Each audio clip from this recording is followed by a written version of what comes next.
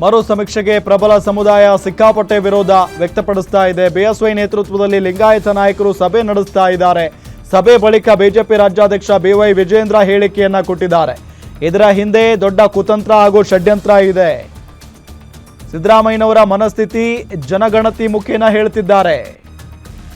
ವೀರಶೈವ ಲಿಂಗಾಯತ ಸಮಾಜವನ್ನ ಒಡೆಯುವ ದೊಡ್ಡ ಹುನ್ನಾರ ಇದು. ಈ ಹಿಂದೆ ಧರ್ಮ ಒಡೆಯೋ ದುಸ್ಸಾಹಸಕ್ಕೆ ಕೈ ಹಾಕಿ ಕೈ ಸುಟ್ಕೊಂಡಿದ್ರು. ಈಗ ಮತ್ತೆ ಲಿಂಗಾಯತ ಧರ್ಮ ಒಡೆಯೋ ಕೆಲಸಕ್ಕೆ ಕೈ ಹಾಕಿದ್ದಾರೆ. ರಾಜ್ಯ ಸರ್ಕಾರದ ವಿರುದ್ಧ ಬಿವೈ ವಿಜೇಂದ್ರ ಆಕ್ರೋಶವನ್ನ ವ್ಯಕ್ತಪಡಿಸಿರೋದು. ಜಾತಿ ಗಣತಿ ಮರು ಸಮೀಕ್ಷೆಗೂ ಮೊದಲೇ ಬಿಜೆಪಿ ಆಕ್ಷೇಪವನ್ನ ಎತ್ತಿದೆ. ಮರು ಸಮೀಕ್ಷೆಗೆ ಪ್ರಬಲ ಸಮುದಾಯ ತೀವ್ರ ವಿರೋಧವನ್ನ ವ್ಯಕ್ತಪಡಿಸ್ತಾ ಇರೋದು. ಅದರಲ್ಲೂ ಯಡಿಯೂರಪ್ಪನವರ ನೇತೃತ್ವದಲ್ಲೇ ಲಿಂಗಾಯತ ನಾಯಕರ ಸಭೆ ಕೂಡ ನಡೆಯಿತು. ಸಭೆ ಬಳಿಕ ಬಿಜೆಪಿ ರಾಜ್ಯಾಧ್ಯಕ್ಷ ಬಿವೈ ವಿಜೇಂದ್ರ ಅವರು ಮಾತನಾಡಿದ್ದಾರೆ. ಇದರಿಂದ ದೊಡ್ಡ ಕುತಂತ್ರ ಹಾಗೂ ಷಡ್ಯಂತ್ರ ಅಡಗಿದೆ ಅನ್ನೋ ನಿಟ್ಟಿನಲ್ಲಿ ಹೇಳಿಕೆಯನ್ನ ಕೊಟ್ಟಿದ್ದಾರೆ. ಏನು ರಾಜ್ಯ ಸರ್ಕಾರ ನಡೆಸ್ತಾ ಇರ್ತಕ್ಕಂಥ ಜಾತಿ ಜನಗಣತಿ ಸಂವಿಧಾನದಲ್ಲಿ ಕಾನೂನಿನಲ್ಲಿ ಅವಕಾಶ ಇಲ್ಲದೆ ಇದ್ರೂ ಸಹ ಇವತ್ತು ಸರ್ವೆ ನೆಪದಲ್ಲಿ ಇವತ್ತು ಕ್ಯಾಸ್ಟ್ ಸೆನ್ಸಸ್ ಅನ್ನು ಮಾಡೋದಕ್ಕೆ ಹೊರಟಿದ್ದಾರೆ ಸಿದ್ದರಾಮಯ್ಯ ಸರ್ಕಾರ. ಈ ನಿರ್ಧಾರದ ಹಿಂದೆ ಕುತಂತ್ರನೂ ಇದೆ, ಷಡ್ಯಂತ್ರವೂ ಇದೆ. ಯಾಕೆಂತ ಹೇಳಿದ್ರೆ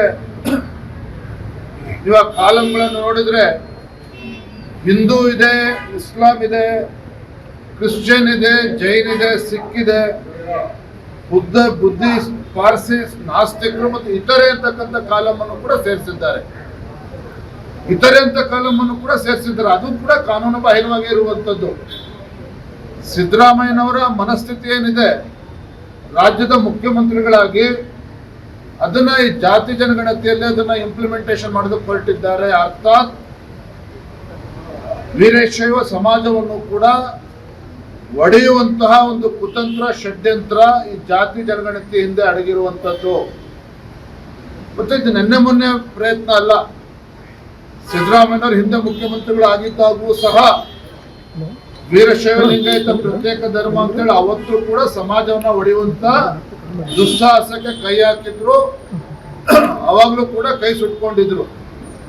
ಆದ್ರೆ ಅದಕ್ಕೆ ಇವತ್ತು ಹೊಸ ರೂಪವನ್ನು ಕೊಟ್ಟು ಇವತ್ತು ಜಾತಿ ಜನಗಣತಿ ನೆಪದಲ್ಲಿ ಸಾಮಾಜಿಕ, ಆರ್ಥಿಕ, ಶೈಕ್ಷಣಿಕ ಒಂದು ಸರ್ವೆ ಮಾಡ್ತೇವೆ ಅಂತ ಹೇಳಿ ಮತ್ತೊಮ್ಮೆ ಇವತ್ತು ವೀರಶೈವ ಲಿಂಗಾಯತ ಸಮಾಜವನ್ನ ಹೊಡಿತಕ್ಕಂಥ ಒಂದು ದುಸ್ಸಾಹಸಕ್ಕೆ ಇವತ್ತು ಕೈ ಹಾಕಿದ್ದಾರೆ ಅನ್ನೋದ್ರಲ್ಲಿ ಯಾವುದೇ ಅನುಮಾನಗಳಿಲ್ಲ.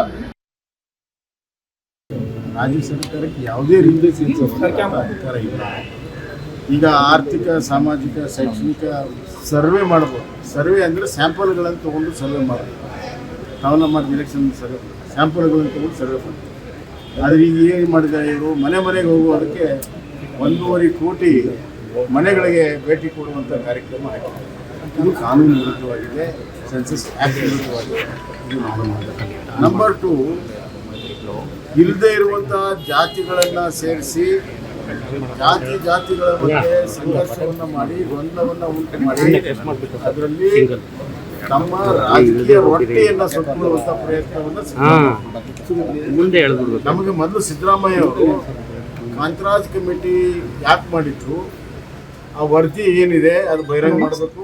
ಮತ್ತು ಯಾಕೆ ರಿಜೆಕ್ಟ್ ಮಾಡಿದ್ರೆ ಇದುವರೆಗೂ ರಾಜ್ಯದ ಜನತೆಗೆ ಹೇಳಿದ್ರ ಸಂಪುಟದಲ್ಲಿ ತಗೊಂಡ್ರು. ನಾವು ಇಂಥ ದಿವಸ ಅದಕ್ಕೆ ಸಬ್ ಕಮಿಟಿ ಮಾಡಿದ್ರು, ಆ ವರದಿ ತೊಗೊಂಡ್ರು, ಈ ವರದಿ ತೊಗೊಂಡ್ರು. ಕೊನೆಗೆ ನಾವು ಅದನ್ನು ಅನುಷ್ಠಾನ ಮಾಡೋದಿಲ್ಲ ಅಂತ ಒಂದು ದಿವಸ ಹೇಳಿದ್ರು. ಯಾಕೆ ಅನುಷ್ಠಾನ ಮಾಡ್ತಾ ಇಲ್ಲ, ಏನು ಅದರ ಲೋಪ ಇತ್ತು? ಈಗ ಮಾಡುತ್ತಿರುವಂಥದ್ದನ್ನು ಆ ಲೋಪವನ್ನು ಇದ್ರಾಗ ಸರಿ ಮಾಡಿದ್ದಾರೆ.